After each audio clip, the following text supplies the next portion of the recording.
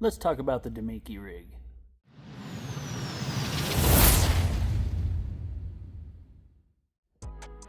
So, if you haven't noticed, the last tournament I went to, again, I zeroed, which has been rough, but we're getting through it and everything. But I wanted to make a longer term video here about a bait that I'm going to pick up and I'm going to be really hammering home these next few months and really trying to master and pick up on, which, because for me, I like finesse fishing. It's my preferred style of fishing. Power fishing really isn't my forte. I mean, I can do it and it's fun, but it's definitely not my go-to. As anyone knows that I like wacky rigs, Texas rigs, stuff like that, Ned rigs, all those things are my preferred way to fish. But today I wanted to talk about what I currently know and understand about the Damiki rig. So this bait really hit the scene and really made a splash several years ago. With the advent of forward-facing sonar, it really started to take off, and even now it's starting to become one of the only things you hear about in tournaments. So as much as I tried to avoid getting on this trend, I really wanted to jump onto it and really dive in with it, just to see what all the crave is about, what all the roughness is about. So I'm here today really trying to hammer that home. Basically, if you're asking what it is a soft plastic little minnow style bait, either with the split tails or a single tail, just with a jig head on the front and a hook almost about 90 degrees up. Now these do not have a eyelet 90 degrees up. Above it, it's more of a 45-ish, but we're gonna see how it works out and see if I actually enjoy it or not. But that's basically it. You can use Elastec style or you can just use regular plastic to try to keep it level in the water. But basically what you do is you drop this down and you get it as low down in the water, anywhere you want to go, around brush piles, any type of structure really. And you just kind of make it wiggle in the water. Make it look more lifelike. It's basically what I'm gathering it is. It's, like I said, I'm learning along with you guys. So that's basically what you're supposed to do with it. Now, what you see here, the one that I have tied on right in front of you is the Crush City 4.25 freeloader in that green shad color with the VMC hybrid swim bait jig. This is the 3/16 ounce. Oh, I apologize. This is the quarter ounce. Now, I've heard good things about these. That's why I went and picked them up. But I also wanted one with a decently stout hook. And you'll just swim this, you'll just drop it down below the boat, look through it out of your forward-facing sonar, find your bait, and kind of dance it, or reel and dance at the same time, depending on what the fish want. And as far as my understanding goes now, without any real experience doing it, that's how you're supposed to do it. So I'm gonna get out. I know some brush piles are on my home lake. I'm gonna get out and test it out and really hammer it home. Now, those two baits from Crush City, I got two different types for testing out. Both of them in a similar shad color. One of them, you've already seen, was the freeloader, and the other one is the Elastec Monch Minnow in the 3.5. That's the one I paired up with the 3/16 ounce weight. So we'll get out there and we'll see how those do. I've heard good things about these baits and these jig heads, so I really want to see how they measure up when I get out there. And this is the 3/16 with the Monch Minnow that I already have tied on. A bit smaller, But that's how you would do it. You take your rod, slight wiggles, not a lot. Now, the reel I'm using with this one, and I'm going to absolutely annihilate these names, so bear with me here,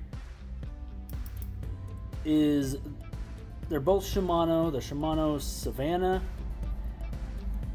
and the Shimano Shorjun, I guess. But I like Shimano, so usually I trust all of their products pretty much to a T.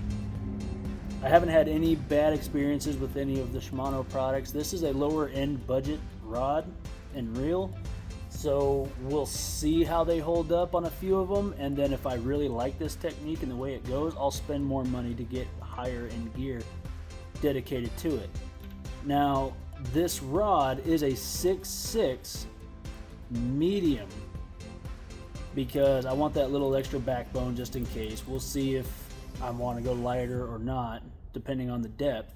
But I like the idea of a medium. It's got a good parabolic bend. We'll see how it goes, but not a lot of power for pulling them in.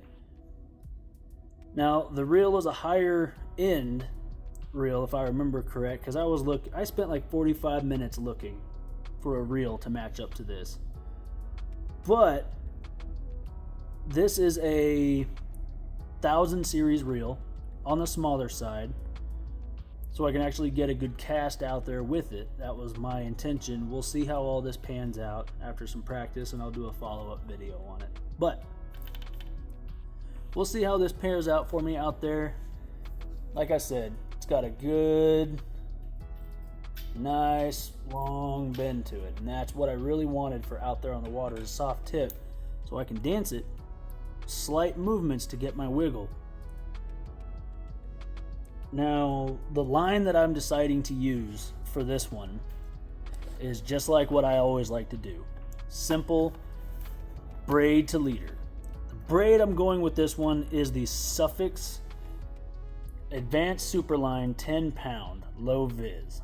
Now, the reason I went with low vis is because in clearer water I can see it just fine. So I went with that, but you can't beat a braid to leader, so in my opinion, especially on finesse style stuff. And then on the fluorocarbon, the leader, I went with Super FC Sniper 8 pound fluorocarbon. This stuff is awesome. Yes, it is going to hurt the bank getting it because it is expensive stuff, but it's going to not let you down. It is worth every penny in my opinion. I've almost used the whole spool because I got on my other finesse bait caster, I have ran it pure fluorocarbon, which is rare for me to do just because of how much I trust that sunline. So with that being said, the reason I'm making the switch to this bait, and the whole point of me doing this, is because getting skunked in tournaments is brutal, guys. It hurts the spirit, it hurts the soul, and it makes it where it's hard to keep going, you know? Because on this tournament alone, I threw out just over $1,500 on this tournament. I can't do that and just maintain it. It's burning a hole in my pocket. I got to be able to at least weigh something for the moral side of things to justify me being there. And unfortunately, if that means that I have to piss off a lot of the older boaters by using technology they don't like, well, then they're gonna have to suck it the hell up because it's legal. There's nothing wrong with it. Now, once it's banned, we'll go back to the old stuff that I used to do, and we'll figure out a way to make it work then. But for now, I'm using the patterns and the stuff that I have available to me. I see no point, and if you can buy a budget system for $1,000, get it set up and get it working, why you should just limit yourself? That's just asinine to me. I tried that route this next tournament because my co-angler is an awesome guy, by the way. Unfortunately, I was doing my best to make sure that if I was on a spot, he was on a spot too. I like And I really wanted to do that, but I did see the error in my ways there because I was trying to be too nice, and I ended up getting us both skunked. I take full responsibility for the spots that we had, the issues we had. It wasn't his fault. I don't think he did anything wrong, and in fact, I think he did some things better than I did. So, co-angler, if you're watching this, I'm not going to name you, but my bad again. But with that being said, I think from here on, I'm going to try to focus more on getting on fish myself, because I feel as if I can get myself on fish, I can get them on fish as well. So I'm not going to think so much about them as I am, I got to land one or he's not going to. So that's going to be the plan there. And I can't have another tournament where I'm skunked. I can't do that anymore. This is brutal. Can't happen. So I'm going to focus more and more on doing what I can to compete, doing what I can to make sure that I'm weighing something in every time. Anyone who's new to the channel has made it this far. If you made it this far, you need to understand that I'm learning along with y'all. I'm picking up these things as I go. The whole tournament culture, everything else, I'm learning as I go. So every tournament, it feels like I learn something new. Every time I go out fishing, I feel like I'm kind of blind shooting in the wind, but it's like at the tournaments, it's where I'm learning the most. And it's either from the co-anglers or the tournament directors or the waters I'm on or something, but every tournament I feel like I'm picking something up new. On this one, what I learned new was this free rig. So, not the free rig, the Damiki rig. So I'm going to do my best to really dial this in and get it mastered. So this is going to be in my hand a lot lately.